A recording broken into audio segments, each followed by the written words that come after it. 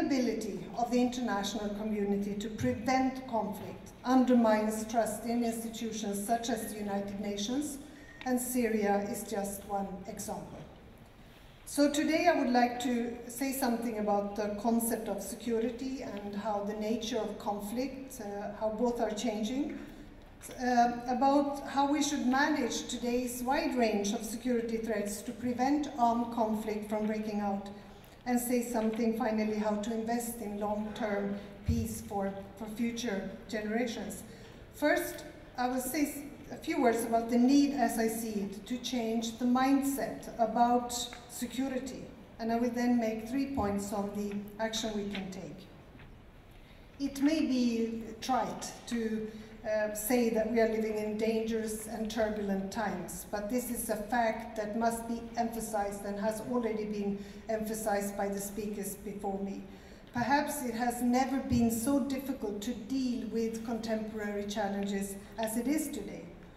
More than ever before, our reality is characterized by complex and interlinked conflicts, threats, and challenges. Be it the threat of the North Korean nuclear weapons, the increasing tensions between Russia and the West, or the seemingly unstoppable Syrian conflict and the migration and refugee flows stemming from it. And these conflicts and threats are far from the traditional conflicts of the past. Now we have non-state actors, terrorism, cyber warfare, a kind of war about how we think about the world.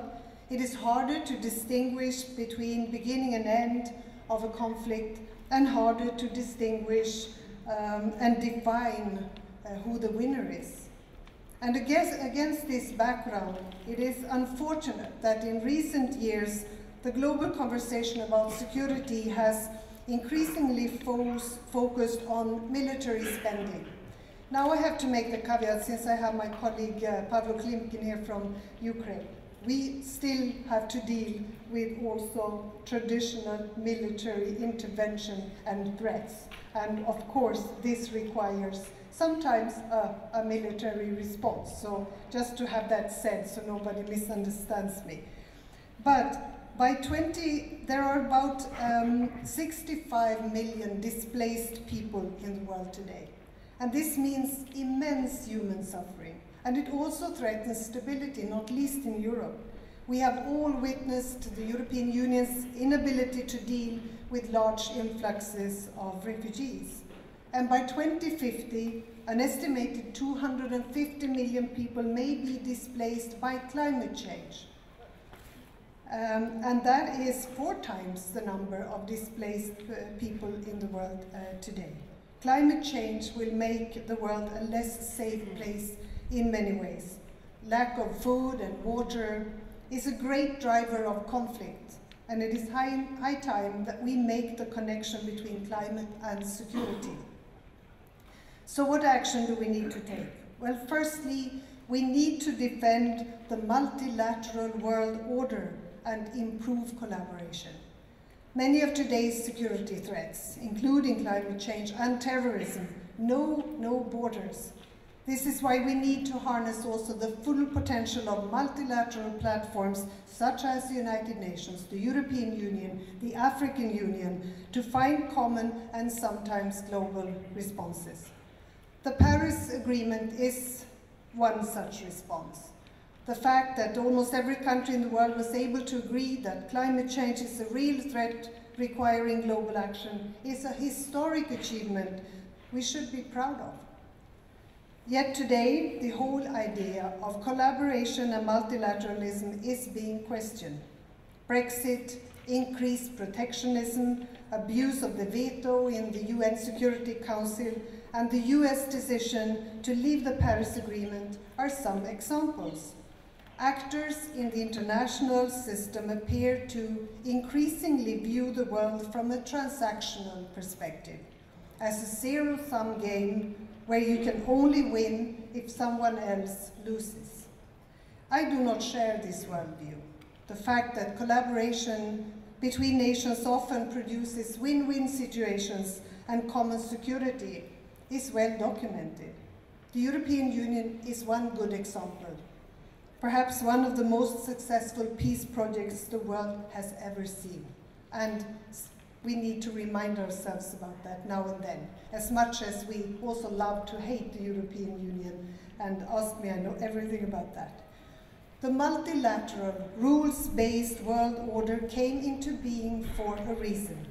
The opening words of the United Nations Charter are, "We, the peoples of the United Nations, determined to save succeeding generations from the scourge of war." To achieve global stability, we must defend this world order. Might does not make right.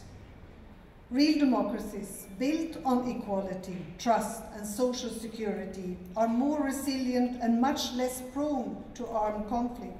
There can be no compromise on principles.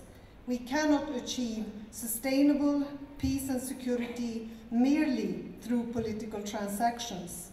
If we want to achieve real results, we must be guided by our principles and values. This is also the smartest policy.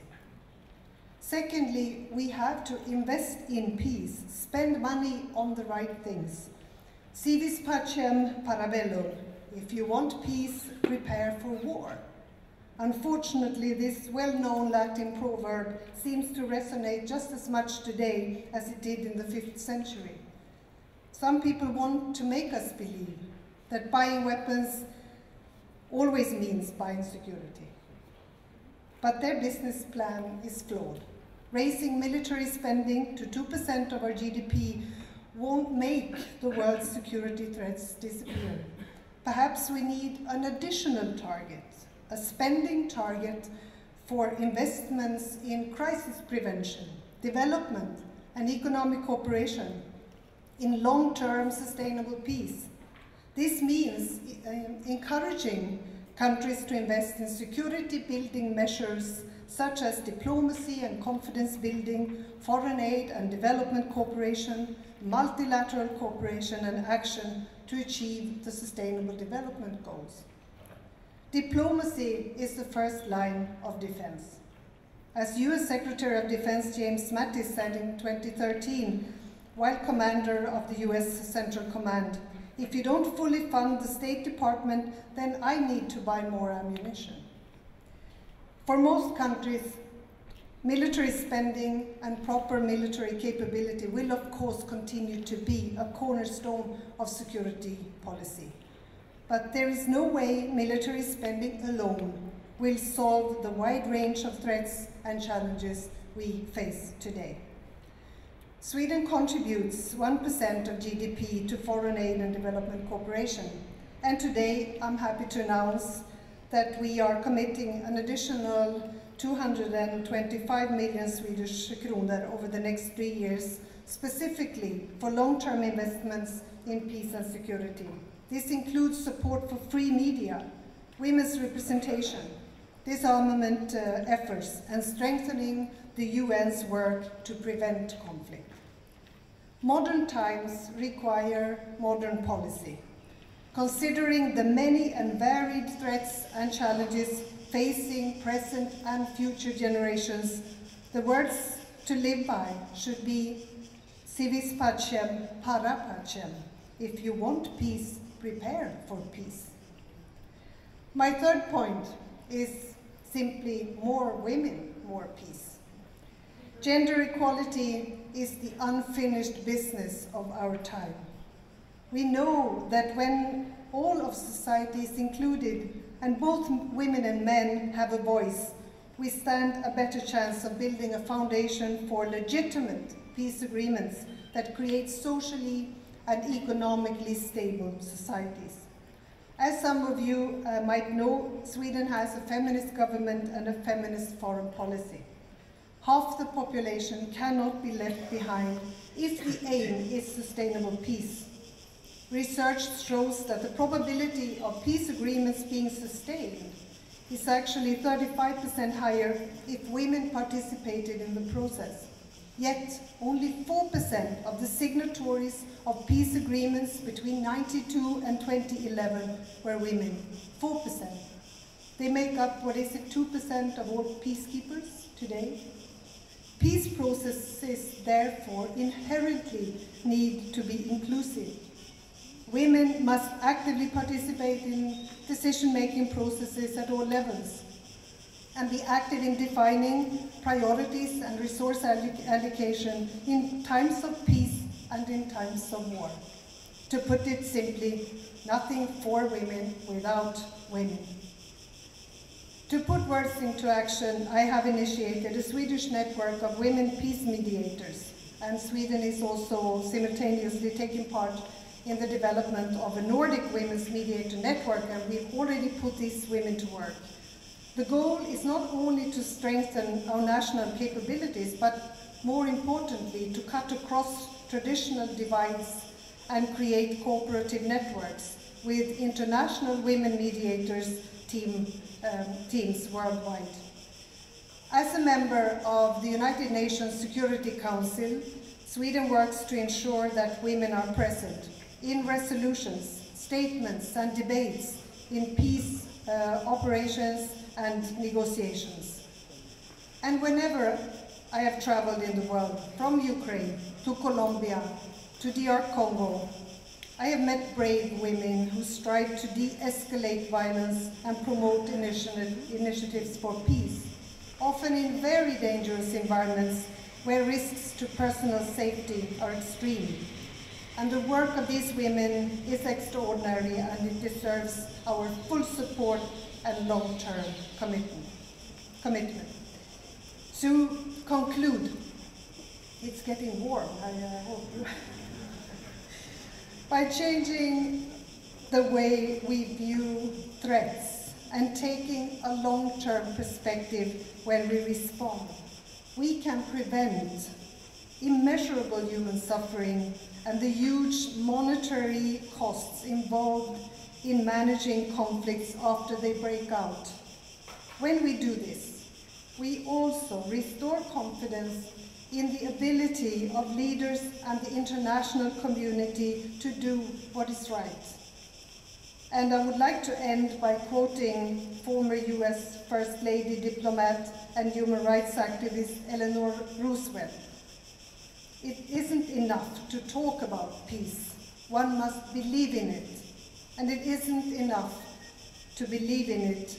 One must work at it. Thank you very much for listening.